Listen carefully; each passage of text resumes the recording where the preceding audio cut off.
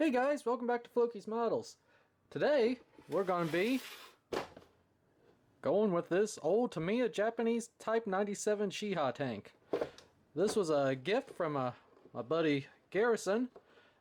Check out his YouTube channel, I'll leave a link below.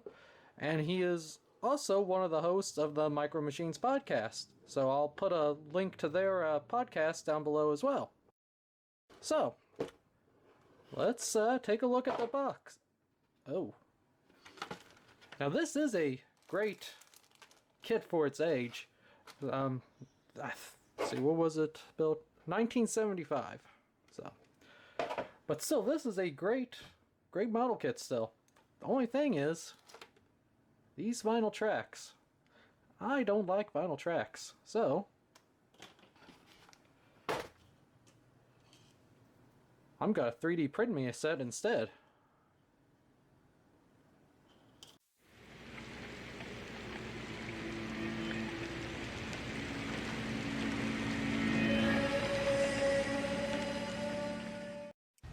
Initially, my first thought was just to give me a set of metal tracks, since I really like metal tracks. And the cheapest I found was these R models for $30.99 with $3 shipping. It's like, that's a little steep. So, I went over to ScaleMates just to see what the price of the kit retails for right now. And it looks $17. So, a set of metal tracks is almost double the price of the kit. So then I started thinking, I got an Lugo Saturn resin 3D printer. I use it for jerry cans and stuff like that.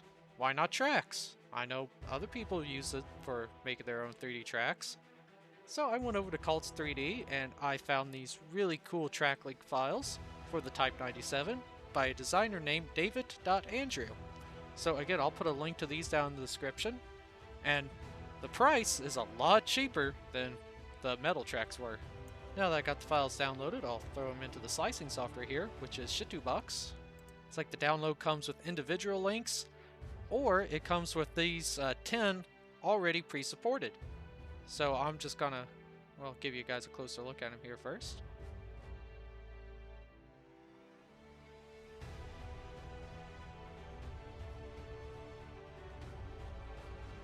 Now each side is going to take about 96 tracks, so I'm just going to go ahead and put 100 on the build plate here, and then I'll make them in 2 separate runs.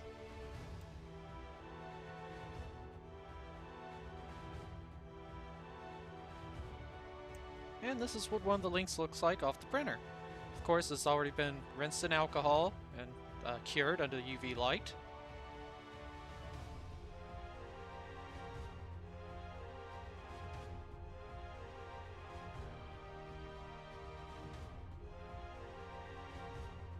Cleanup on these is really easy. I was just going to take a number 11 blade here and just lightly go over where the supports touched apart.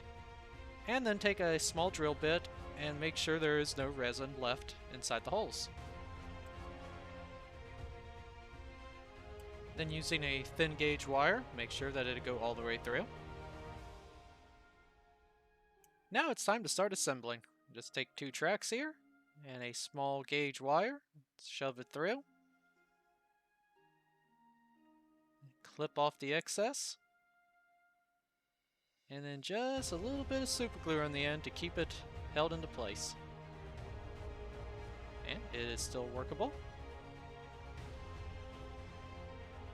So, there's 4 down. And here's all the tracks for one side.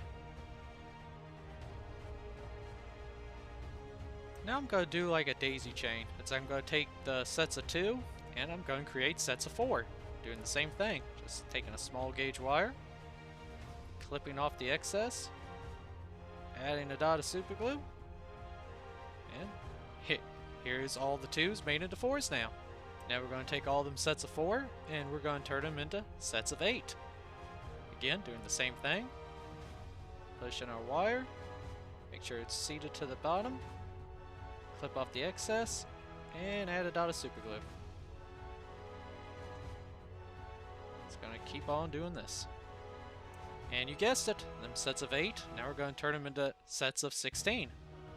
Just push in our wire here. Clip off the excess. And add a dot of super glue.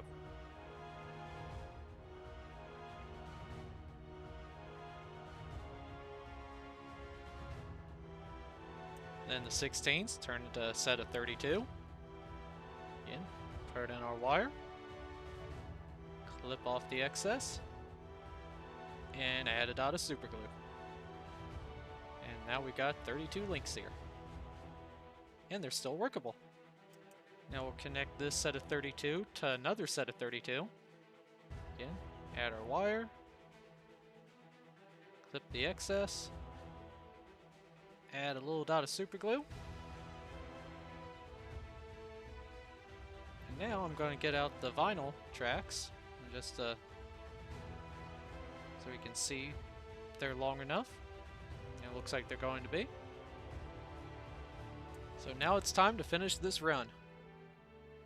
Again, add our wire, clip the excess, and add some super glue. Again, we'll get our vinyl track link out here, make sure that it's still the same size. And it looks like I'm going to have to add 1 or 2 more links, which that's alright. And these being workable, I'm just going to roll them on up here. Now that they're all assembled, let's get them painted up. Going to be using Tamiya XF1 flat black for this, and I'm just going to put a nice heavy coat of paint on.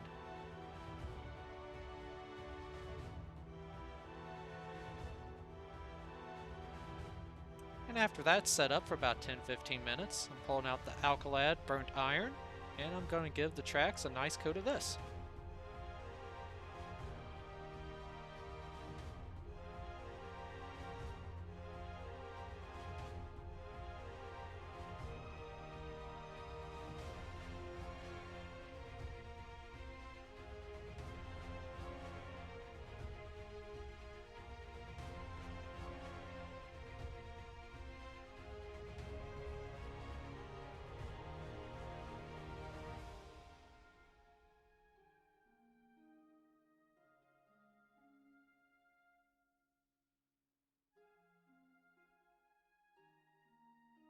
This burnt iron looks really good on these tracks. So guys, thanks for watching. I hope you enjoyed this video. Let me know what you think about these 3D printed tracks down in the comments. Leave a like if you did like these tracks, how they turned out. Subscribe if you haven't yet, that would really help me out. And as always, stay tuned for many more builds to come.